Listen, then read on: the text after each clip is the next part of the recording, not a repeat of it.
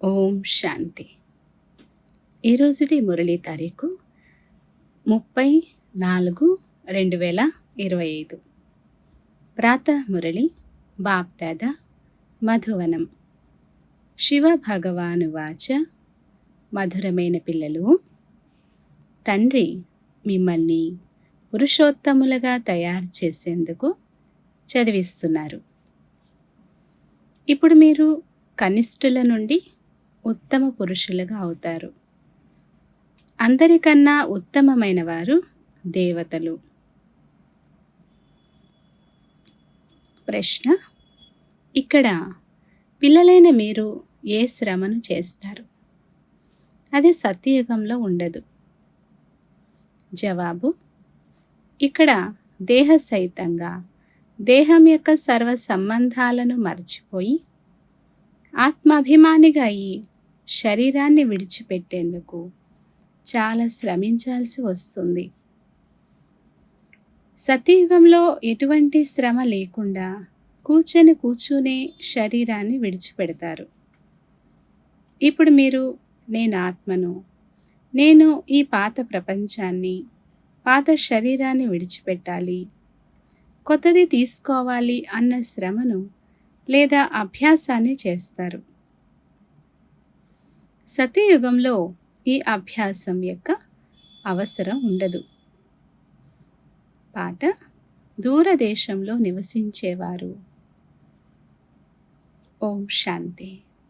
మధురాతి మధురమైన ఆత్మిక పిల్లలకు తెలుసు, మళ్ళీ అనగా కల్పకల్పము తర్వాత. దీనినే దూరదేశంలో నివసించేవారు పరాయి దేశంలోకి రావడం అని అంటారు. కేవలం వారొక్కరి కోసమే ఈ గాయన ఉంది. వారినే అందరూ స్మృతి చేస్తారు. వారు విచిత్రుడు, వారికి చిత్రమేమీ లేదు. బాబా చెప్తున్నారు, బ్రహ్మ, విష్ణు, శంకరులను దేవతలు అని అంటారు. శివ భగవానువాచ అని అంటారు. వారు పరంధామంలో ఉంటారు. వారిని సుఖధామంలోకి ఎప్పుడూ పిలవరు, దుఃఖధామంలోనే పిలుస్తారు. వారు రావడం కూడా సంగమ యుగంలో వస్తారు. ఇది పిల్లలకైతే తెలుసు. సత్యయుగంలో మొత్తం విశ్వమంతటి పైన పురుషోత్తములైన మీరు ఉంటారు. మధ్యములు, కనిష్ఠులు అక్కడ ఉండరు. ఉత్తమోత్తమైన పురుషులు శ్రీ లక్ష్మి, శ్రీ నారాయణులే కదా. వీరిని ఆ విధంగా తయారు చేసేవారు శ్రీ శ్రీ శివ బాబా అని మీరు అంటారు. శ్రీ శ్రీ అని ఆ శివ బాబానే అంటారు. ఈ రోజుల్లోనైతే సన్యాసులు మొదలైన వారు కూడా తమను తాము శ్రీశ్రీ అని పిలుచుకుంటారు. కావున తండ్రి వచ్చి ఈ సృష్టిని పురుషోత్తమంగా తయారు చేస్తారు. సత్యయుగంలో మొత్తం సృష్టి అంతటిలో ఉత్తమోత్తములైన పురుషులు ఉంటారు. ఉత్తమోత్తమైన వారికి మరియు అతి కనిష్ఠులైన వారికి మధ్యన ఉన్న వ్యత్యాసాన్ని ఈ సమయంలో మీరు అర్థం చేసుకుంటారు. కనిష్టమైన మనుషులు తమ నీచత్వాన్ని చూపిస్తారు. ఇప్పుడు మీరు అర్థం చేసుకుంటారు, మనం ఎలా ఉండేవారిమి, ఇప్పుడు మనం మళ్ళీ స్వర్గవాసులుగా పురుషోత్తములుగా తయారవుతున్నాము అని. ఇది ఉన్నదే సంగమ యుగం. ఈ పాత ప్రపంచం కొత్తదిగా తయారవ్వనున్నది అని మీకు నమ్మకం ఉంది. పాతది కొత్తదిగా, కొత్తది పాతదిగా తప్పకుండా తయారవుతుంది. కొత్త దానిని సత్యయుగమని, పాతదానిని కలియుగమని అంటారు. తండ్రి సత్యమైన బంగారం వంటివారు, సత్యాన్ని వినిపించేవారు. వారిని సత్యము అని అంటారు. అంతా సత్యమునే చెప్తారు. ఈశ్వరుడు సర్వవ్యాపి అని వారు ఏదైతే అంటారో అది అసత్యం. ఇప్పుడు తండ్రి అంటారు, అసత్యాన్ని వినకండి, చెడు వినకండి, చెడు చూడకండి. రాజవిద్య యొక్క విషయమే వేరు. అది ఉన్నదే అల్పకాలికమైన సుఖాన్ని ఇచ్చేందుకు. మరొక జన్మను తీసుకున్నారంటే మళ్ళీ కొత్తగా చదవాల్సి వస్తుంది. అది అల్పకాలికమైన సుఖం. ఇది 21 జన్మలు, 21 తరాల కోసం. తరము అని సంపూర్ణ ఆయుష్ను అంటారు. అక్కడ ఎప్పుడు అకాల మరణాలు సంభవించవు. ఇక్కడైతే చూడండి, అకాల మరణాలు ఎలా జరుగుతూ ఉంటాయో.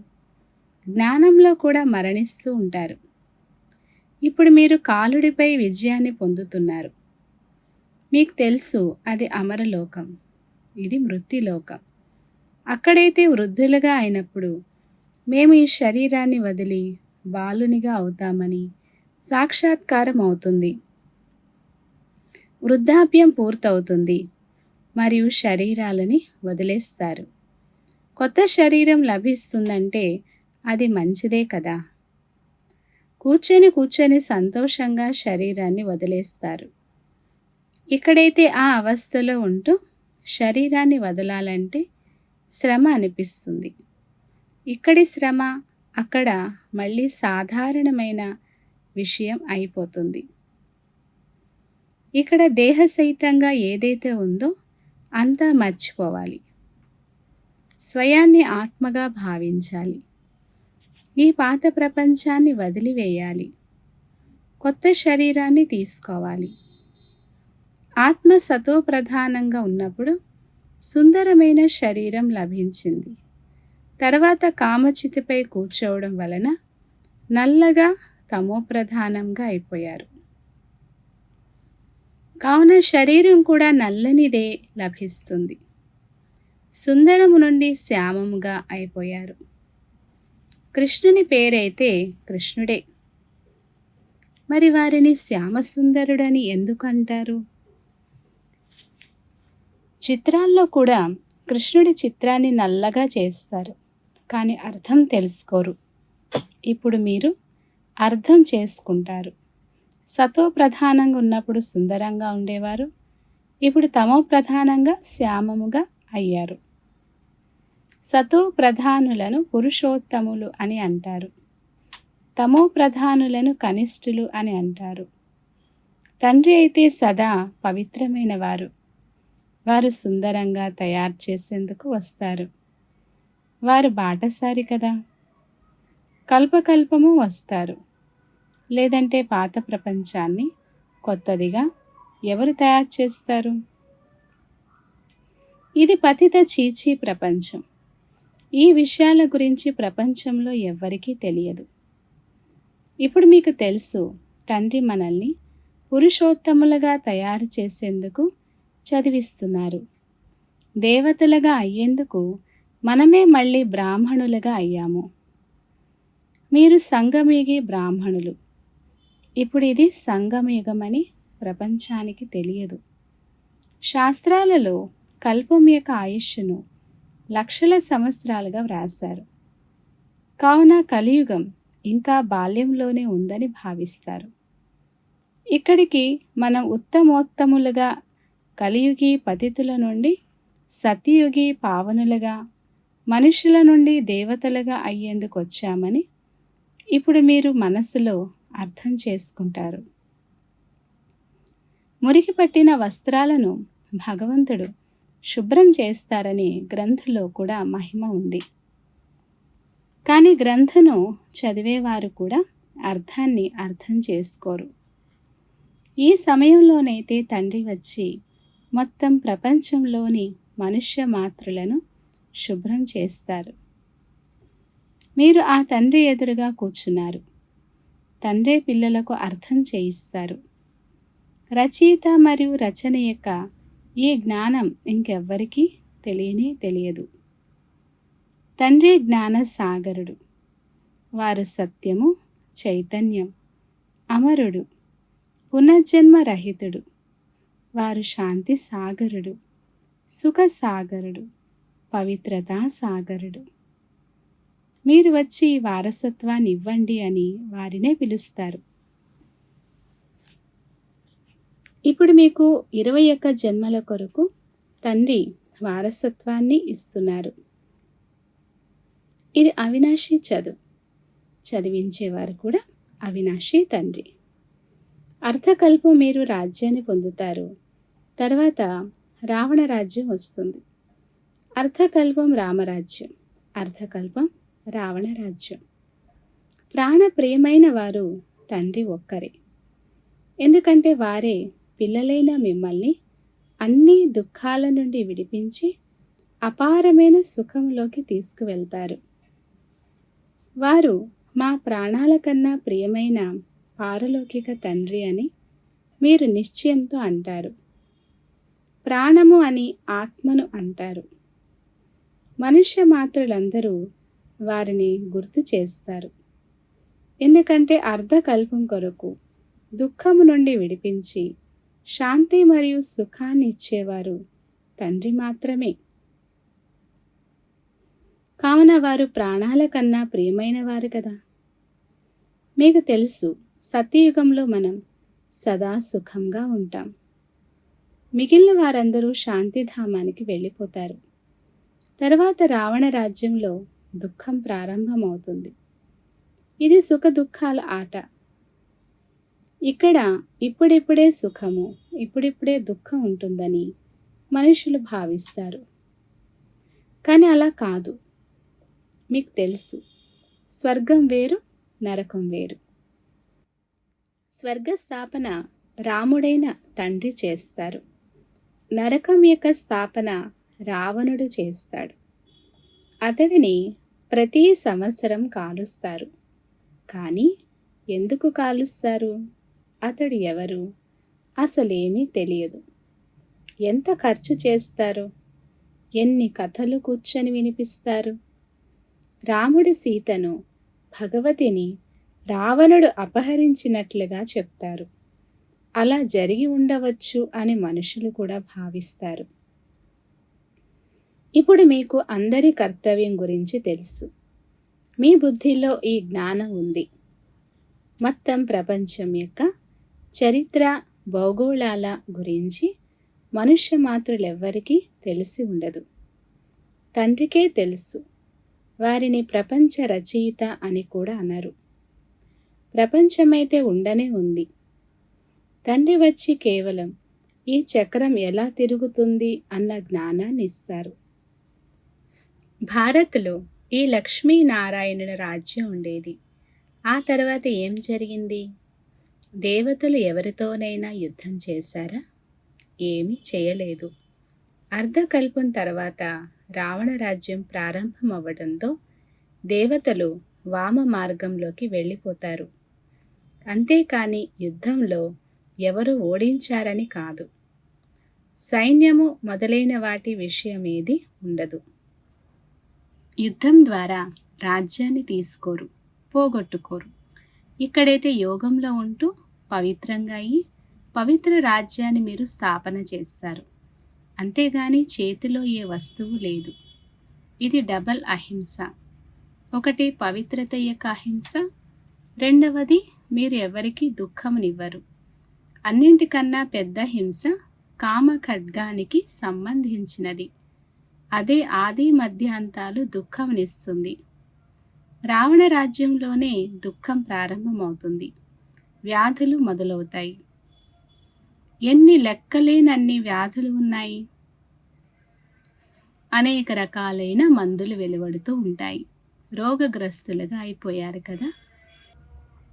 మీరు ఈ యోగ బలం ద్వారా 21 జన్మల కొరకు నిరోగులుగా అవుతారు. అక్కడ దుఃఖము లేక అనారోగ్యం యొక్క నామరూపాలే ఉండవు. దానికోసమే మీరు చదువుతున్నారు.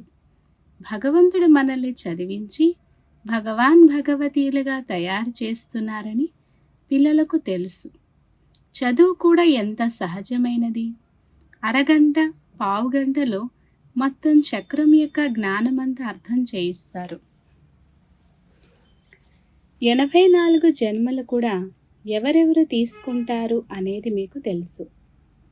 భగవంతుడు మనల్ని చదివిస్తారు. వారు నిరాకారుడు. వారి సత్యాతి సత్యమైన పేరు శివ. వారు కళ్యాణకారి కదా. సర్వుల కళ్యాణకారి, సర్వుల సద్గతిదాత, ఉన్నతోన్నతమైన తండ్రి, ఉన్నతోన్నతులైన మనుషులుగా తయారు చేస్తారు. తండ్రి చదివించి తెలివైన వారిగా చేసి ఇప్పుడు వెళ్ళి చదివించండి అని అంటారు. ఈ బ్రహ్మకుమారి కుమారులను చదివించేవారు శివబాబా. బ్రహ్మ ద్వారా మిమ్మల్ని దత్తత తీసుకున్నారు. ప్రజాపిత బ్రహ్మ ఎక్కడి నుండి వచ్చారు? ఈ విషయంలోనే తికమక పడతారు. వీరి యొక్క అనేక జన్మల అంతిమంలో దత్తత తీసుకున్నారు అని అంటారు. ఇప్పుడు అనేక జన్మలు ఎవరు తీసుకున్నారు? ఈ లక్ష్మీనారాయణులే పూర్తి 84 జన్మలను తీసుకున్నారు. అందుకే కృష్ణుడిని శ్యామసుందరుడు అని అంటారు. మనమే సుందరంగా ఉండేవారు. తర్వాత 2 కళలు తగ్గిపోయాయి.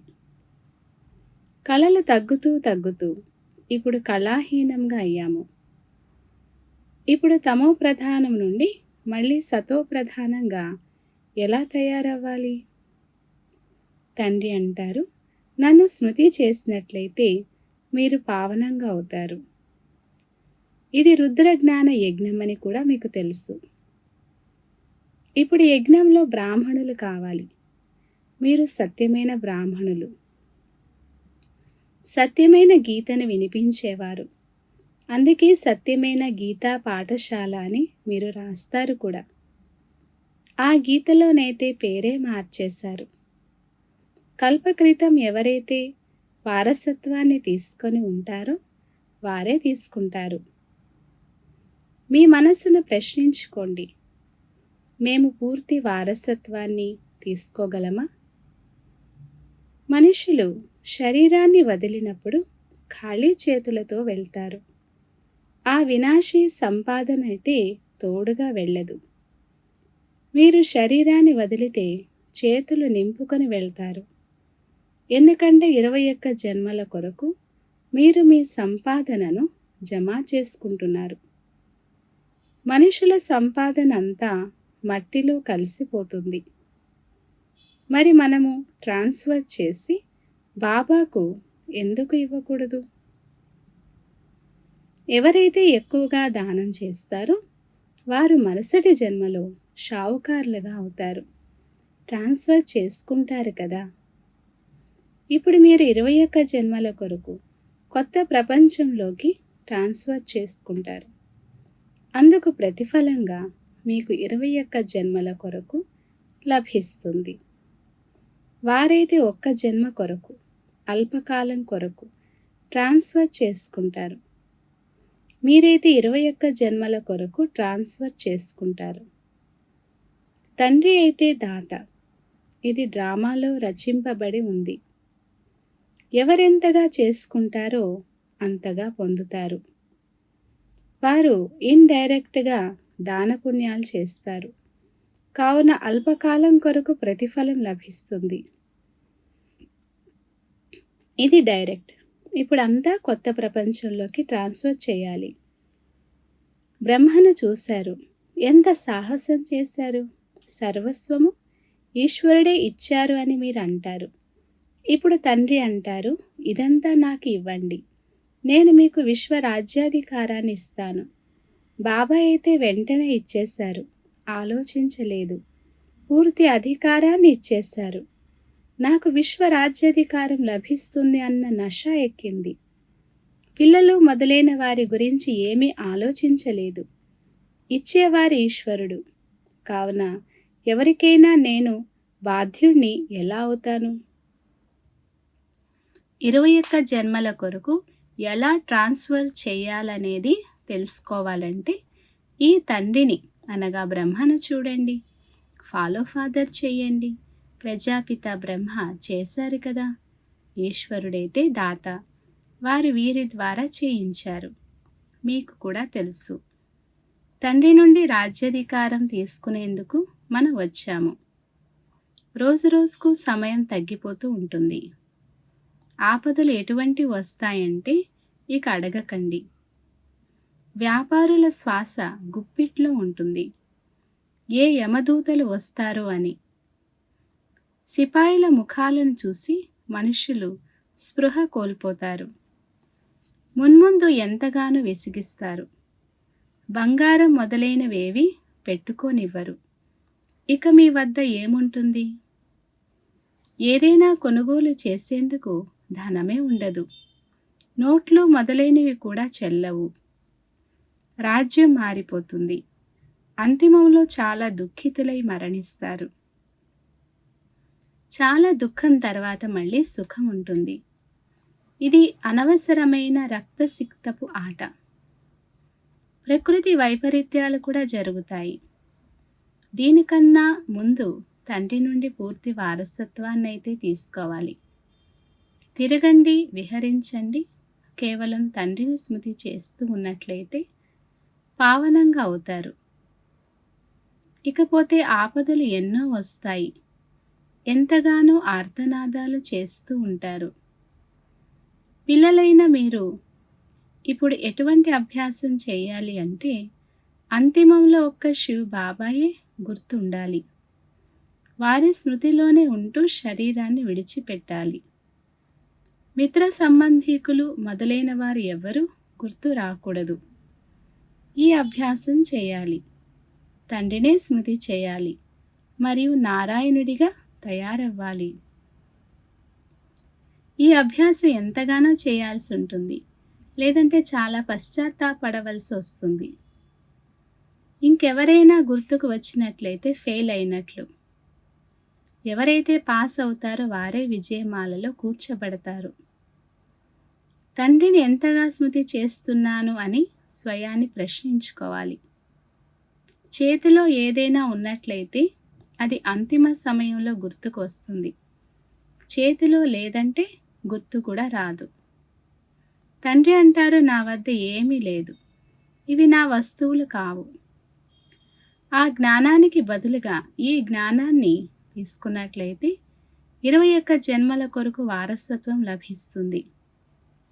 లేదంటే స్వర్గరాజ్యాన్ని పోగొట్టుకుంటారు.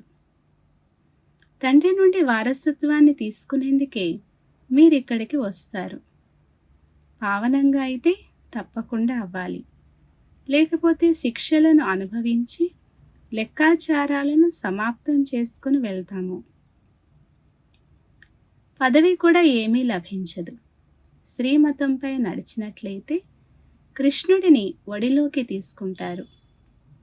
కృష్ణుని వంటి పతి లభించాలి, కృష్ణుని వంటి కొడుకు లభించాలి అని అంటారు కదా. కొందరైతే మంచి రీతిలో అర్థం చేసుకుంటారు, కొందరు తప్పుగా మాట్లాడుతూ ఉంటారు. అచ్చా, మధురాతి మధురమైన అపురూపమైన పిల్లలకు మాత్పిత బాప్దాదాల ప్రియస్మృతులు మరియు గుడ్ మార్నింగ్. ఆత్మిక పిల్లలకు ఆత్మిక తండ్రి నమస్తే. ధారణ కొరకు ముఖ్య సారం. ఫస్ట్ పాయింట్, ఏ విధంగానైతే బ్రహ్మా బాబా తమదంతా ట్రాన్స్ఫర్ చేసి పూర్తి అధికారాన్ని తండ్రికి ఇచ్చేశారు, ఆలోచించలేదు, అదేవిధంగా ఫాలో ఫాదర్ చేసి 21 జన్మల ప్రారబ్ధాన్ని జమ చేసుకోవాలి. సెకండ్ పాయింట్, అంతిమ సమయంలో ఒక్క తండ్రి తప్ప ఇంకేది గుర్తుకు రాకూడదు అన్న అభ్యాసం చేయాలి. నాదంటూ ఏదీ లేదు, సర్వస్వము బాబాది. అల్ఫ్ మరియు బే, తండ్రి మరియు వారసత్వం. ఈ స్మృతి ద్వారా పాస్ అయ్యి విజయమాలలోకి రావాలి. వరదానము: మనస్సుపై పూర్తి అటెన్షన్ ఉంచే ఎక్కే కళ యొక్క అనుభవి విశ్వ పరివర్తక భవ. ఇప్పుడు చివరి సమయంలో మనస్సు ద్వారానే విశ్వ పరివర్తనకు నిమిత్తులుగా అవ్వాలి. అందుకే ఇప్పుడు మనస్సులోని ఒక్క సంకల్పం వ్యర్థమైన ఎంతో పోగొట్టుకున్నట్లు. ఒక్క సంకల్పాన్ని కూడా సాధారణ విషయంగా భావించకండి. వర్తమాన సమయంలో సంకల్పాల అలజడి కూడా పెద్ద అలజడిగా లెక్కించబడుతుంది. ఎందుకంటే ఇప్పుడు సమయం మారిపోయింది, పురుషార్థపు గతి కూడా మారిపోయింది. కావున సంకల్పాల్లోనే ఫుల్ స్టాప్ పెట్టాలి. ఎప్పుడైతే మనస్సుపై ఇంతటి అటెన్షన్ ఉంటుందో అప్పుడు ఎక్కే కళ ద్వారా విశ్వ పరివర్తకులుగా అవ్వగలరు. స్లోగన్: కర్మలలో యోగం యొక్క అనుభవం అవ్వడం అనగా కర్మయోగిగా అవ్వడం. అవ్యక్త సూచనలు: కంబైన్డ్ రూపపు స్మృతి ద్వారా సదా విజయులుగా అవ్వండి. బాబా మరియు మీరు ఈ కంబైన్డ్ రూపాన్ని అనుభవం చేస్తూ సదా శుభభావన, శ్రేష్ఠ కామన, శ్రేష్ఠ వాణి, శ్రేష్ఠ దృష్టి, శ్రేష్ఠ కర్మల ద్వారా విశ్వ కళ్యాణకారి స్వరూపాన్ని అనుభవం చేసినట్లయితే క్షణంలో సర్వ సమస్యలను సమాధానపరచగలరు. సదా ఒక స్లోగన్ను గుర్తుంచుకోండి: సమస్యగాను అవ్వము, అలాగే సమస్యను చూసి అలజడి చెందం. స్వయం కూడా సమాధాన స్వరూపులుగా ఉంటాము, మరి ఇతరులకు కూడా సమాధానాన్ని ఇస్తాము. ఈ స్మృతి సఫలత స్వరూపులుగా చేస్తుంది. అచ్చా. ఓం శాంతి.